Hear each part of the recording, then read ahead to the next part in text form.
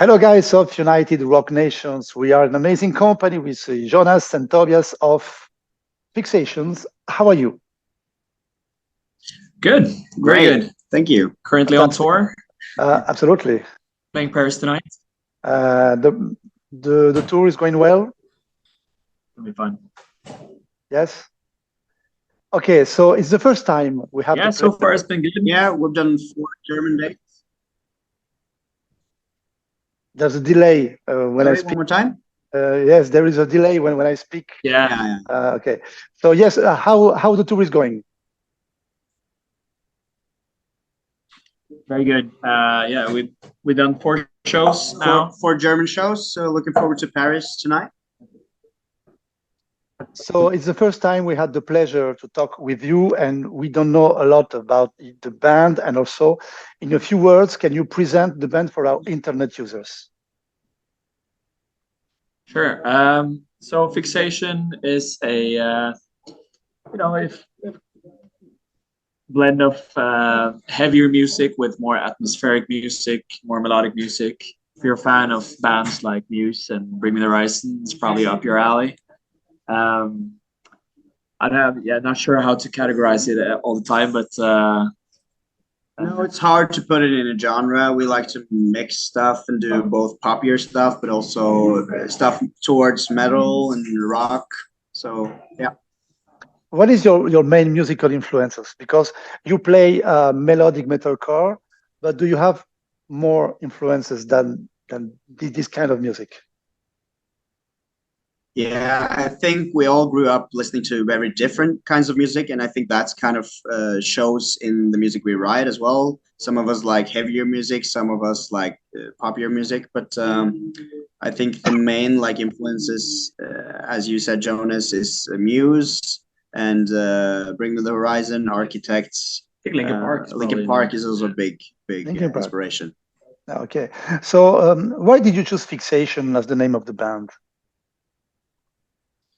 that was actually going back to Muse, to be honest. I read that the way Muse found their name was by they wanted one word because it would be bigger on the posters. So they just flipped through like a dictionary and they found the word Muse, I think. Yeah. And so sort of did the same. I flipped through a lot of lyrics from different bands that I listened to, and funnily enough, a Muse song, "Time Is Running Out," had the in the lyrics the word fixation, and for me, yeah, it just made sense. It was a cool word. It had an X in it at the time. I was like 15, so at the time that was really cool. So, but yeah, it has some. We've like figured out during like the many years that we had the band since we were like teens that the band name gets more and more meaning, which is really nice. Yeah. Absolutely. So you released only an EP and your first album a few weeks ago, and you are already well known. How do you explain this notoriety? I don't know. We've been lucky to be invited earlier this year on the tour with the Devin Townsend, where we did Exactly. 32 dates, which is quite a big thing for a band with no debut album yet. So that was quite cool. And also currently on tour with Anders OK. So I think we've only been really lucky with the people enjoying our music and having a great team back in Norway working towards that. We have really good people working with the music with us. It's like a family we have in Norway, and it's really great. So more subtle than death is your new album. Who bring the main ideas on the band? Who wrote the songs?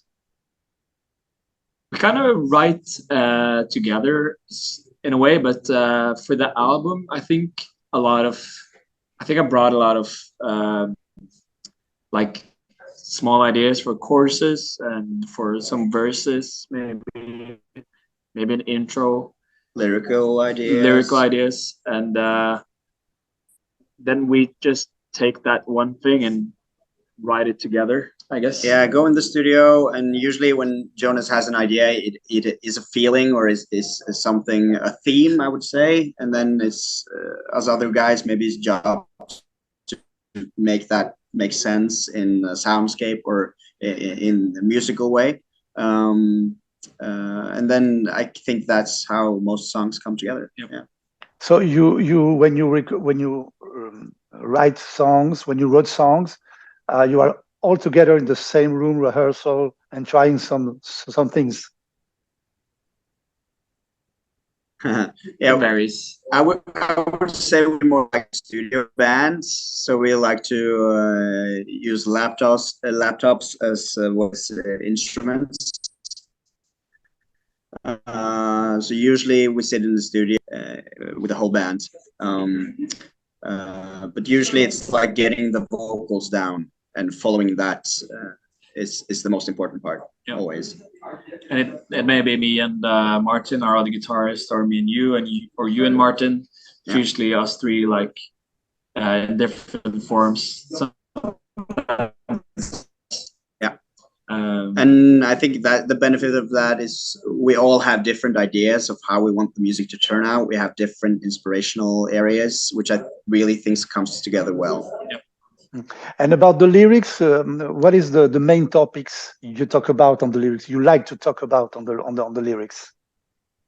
So the lyrical content for the whole album is sort of comprised by what sort of frightens us in the way today's society or the world is heading.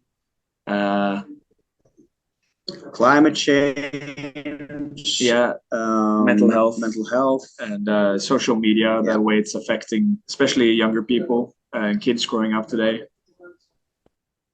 us as well, and also like misuse of power by world leaders, and it all sort of comprises together as this is the state of the world that we want to see change in. That scares us, that angers us. It's sort of an uproar against these things. Absolutely. So tell us more about the meaning of the title of the record, More Subtle Than Death, and the link with the artwork cover. Yeah. So the title is from a quote by a French author, actually, André Gide. And the whole quote is society knows perfectly well how to kill a person and has methods more subtle than death. And for me, that sort of summarized the album perfectly. It's sort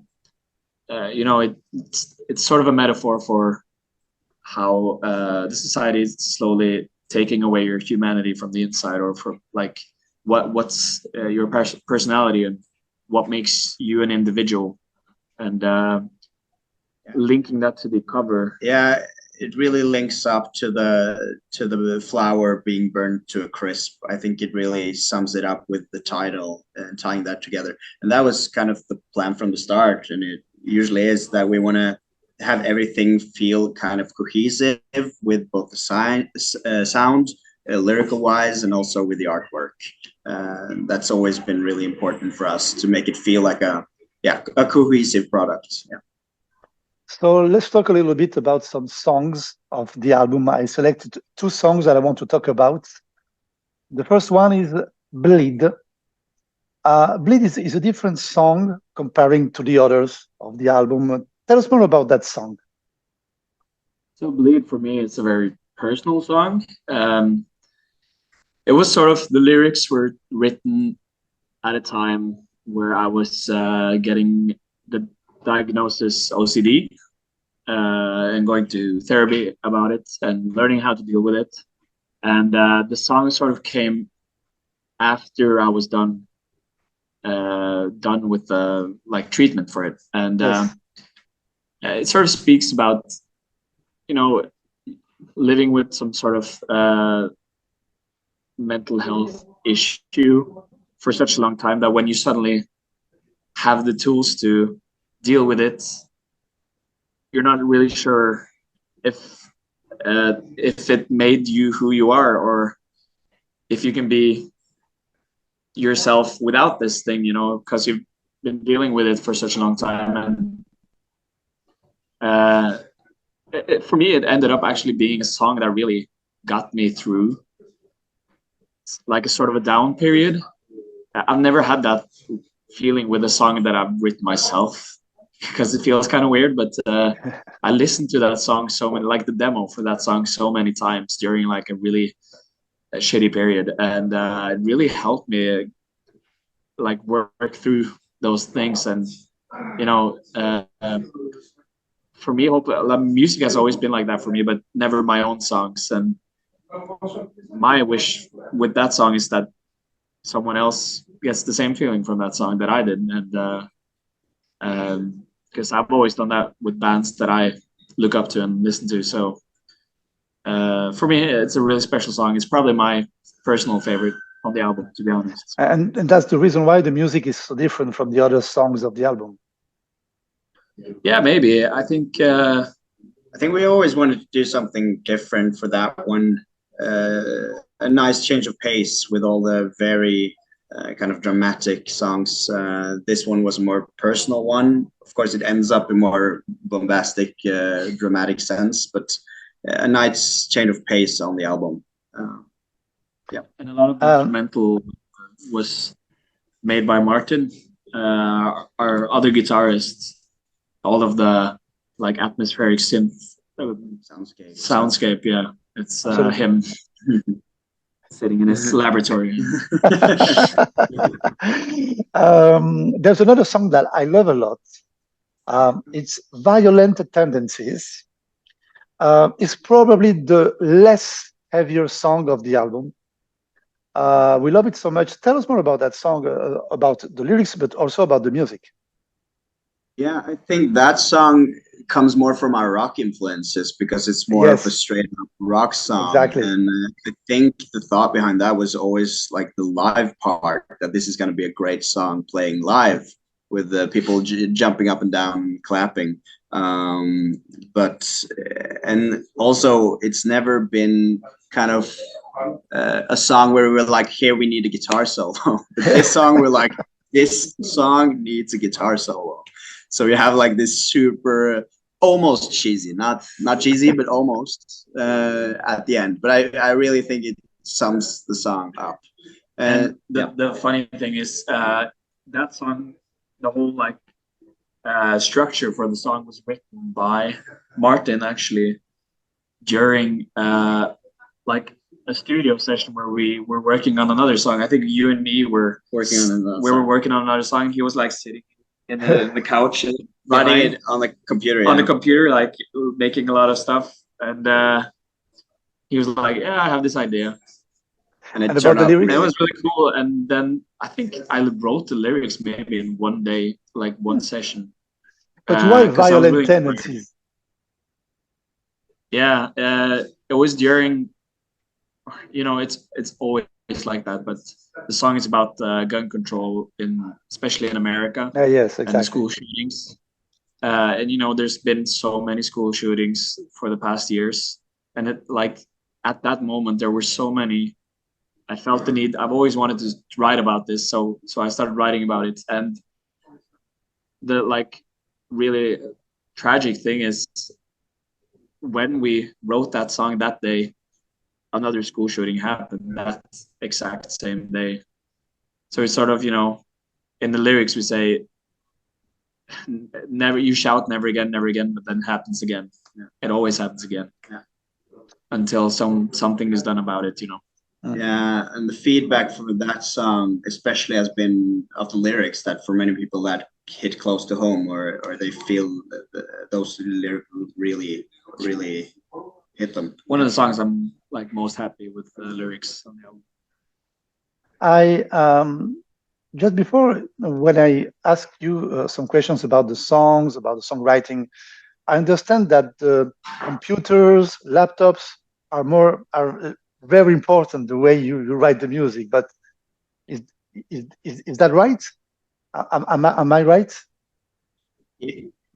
Yeah, I would say we have quite a modern rock band in the sense that we don't go into with the whole band and then play a song until it comes a song. We're more like a studio band, but it's also quite a few benefits with that during the pandemic, for example, when you don't have the possibility to meet. Yes. Like a lot of this album was written during the pandemic. But also now one of our guitarists has gotten a kid, and he doesn't always have time to meet up in the studio. It's really nice to can work with these digital tools and sending song ideas back and forth and working that way. I personally think that the best thing is working together in the studio. We thank you very much because we love a lot this album. Thank you so much. And we hope to see you. You will play some festivals next summer or not? In France, nothing yet, but hopefully.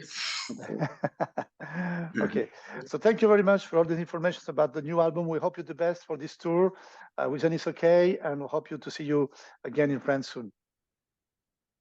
Thank you so much, Mark. Thank you. Have a lovely day. Bye. Bye.